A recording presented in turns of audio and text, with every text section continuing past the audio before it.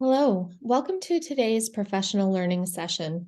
Today we will be talking about self-regulation and how we can help both ourselves as teachers and our students to have healthy self-regulation skills. My name is Elisa Schroeder, and I will be guiding you through this training session today. Today's training will involve a 15-minute learning opportunity focusing on social emotional learning and self-regulation. To frame our learning today, we turn to current research and the conscious discipline model for early childhood social emotional learning. Conscious discipline is a social emotional program designed by Dr. Becky Bailey. This program incorporates trauma-informed and evidence-based current practices to promote healthy social emotional skills in children and positive schools and classrooms.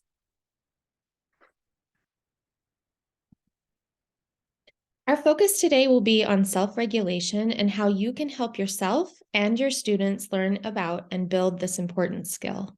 You can expect from this training to gain understanding about conscious discipline and the research behind why self-regulation is so important. You will also practice self-regulation through a brief mindfulness activity and take home 3 additional simple activities you can share with your colleagues and students.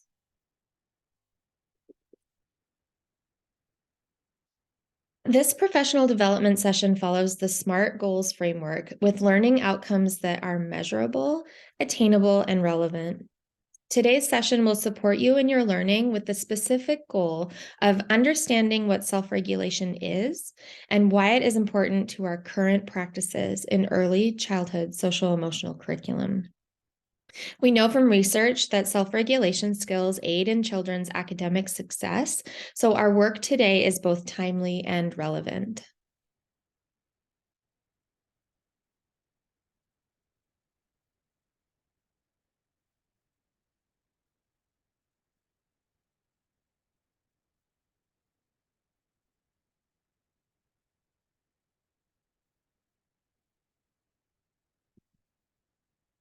There are 3 important topics today that we will look at: conscious discipline, self-regulation, and school culture. First, Conscious Disciplines program asks teachers to shift their mindset when it comes to how they view and interact with children. At the heart of the program is transformation of schools and classrooms through emotional intelligence. Conscious discipline focuses on brain research, executive function, creating safe schools and school families, and teaching children from a place of compassion. Key to the program's success is its evidence-based practices around brain states, executive function, and emotional intelligence. Self-regulation, according to Dr. Becky Bailey, is defined as the capacity to regulate one's emotions, behaviors, and reactions. In simple terms, it is the ability to pause between emotion and action. An example of self-regulation as it pertains to preschool-age children is as follows. A child in your classroom is playing with a toy, and another child comes up and takes it away without asking. The first child then reacts by hitting the other child's hand, trying to yank the toy back. This is a moment where the child is feeling unregulated, and need or want is not being met. The child wants to continue playing with the toy, and it has been taken away. And the child reacts to the emotion of anger and frustration it caused. Now take this example and let's look at it from a self-regulation lens. A child is playing with a toy, and another child comes up and takes it away. The child feels angry and frustrated. He pauses and takes 2 deep breaths.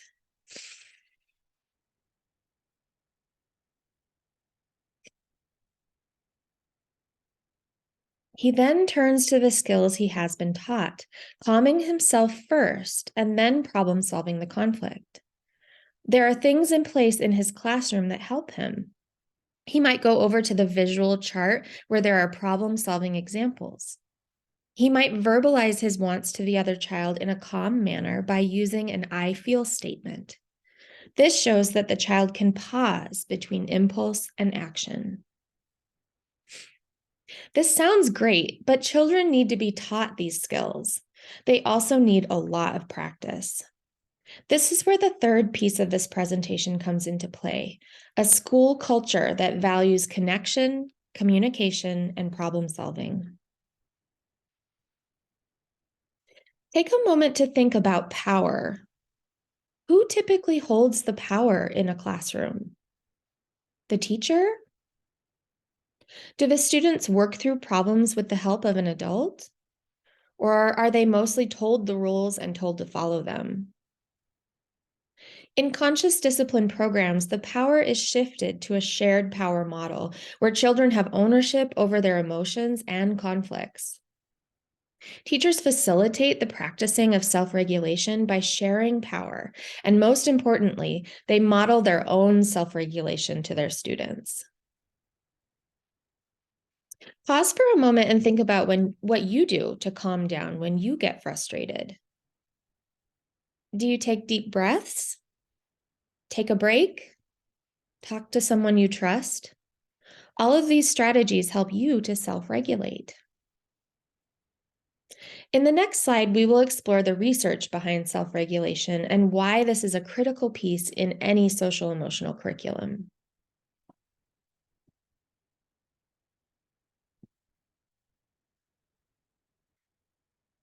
Why is this important? We have learned that self-regulation is a valuable part of social emotional intelligence. When children and adults are able to regulate their reactions to strong emotions, they are more successful academically and socially. A person who can self-regulate can better deal with transitions, loss, and changes. Being able to express and deal with big feelings is a lifelong skill. Research shows that self-regulation is a key piece to academic success, as well as a critical part of anti-bullying schools. Conscious discipline addresses conflict and problem solving as integral parts of learning. Teaching children the management of their emotions, combined with practicing conflict resolution, can help them to be helpful, empathetic community members. Current research focusing on social emotional learning recognizes the benefit of executive function and self-regulation for academic readiness in kindergarten and beyond. We as early childhood educators can help our students to gain these important skills through everyday simple activities. On the next slide, we will practice a simple mindfulness breathing exercise that you can use throughout the day with yourself and with your own students.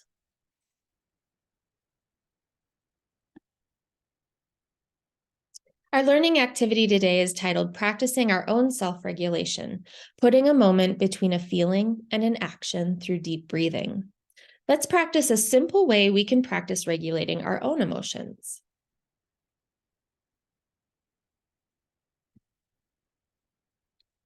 Close your eyes and think of a time you felt frustrated or angry. Visualize this moment in your mind. How do you feel? What does your body feel like when you experience anger and frustration?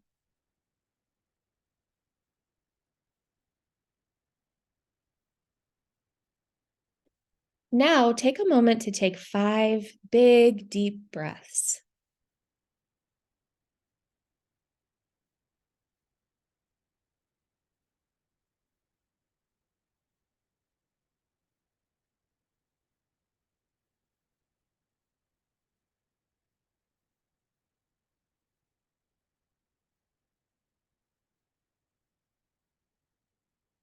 Now, how do you feel? Are you better able to come up with a solution to what made you frustrated?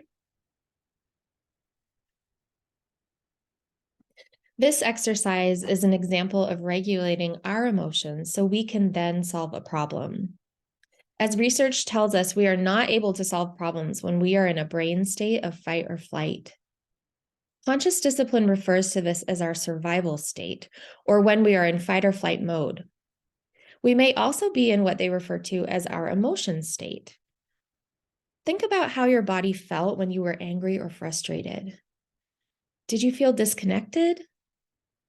Unable to think clearly.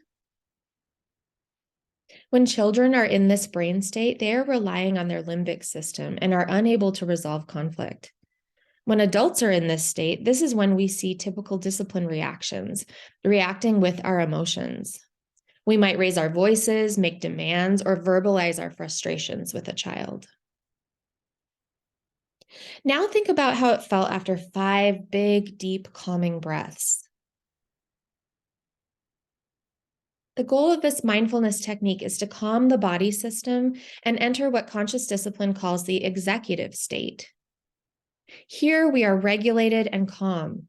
We are managing our feelings and are now ready to take constructive action to solve a problem.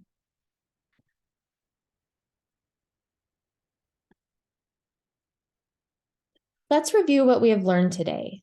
Per our SMART goals, we have learned the importance of self-regulation, both for teachers and for students. We practice self-regulation breathing techniques and have 3 more activities in a moment to try with our own students. And we understand the connection of these activities with social emotional learning for academic and social success.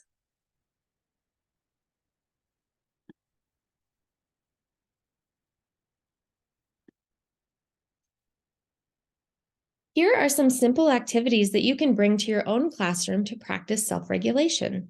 Many of these games are ones that we have done ourselves with our students. They actually promote self-regulation skills. The 3 activities are red light, green light, Simon Says, and freeze dance. See if you can integrate one of these activities into your classroom. You'll be amazed how students can grow in their emotional intelligence with practice and fun.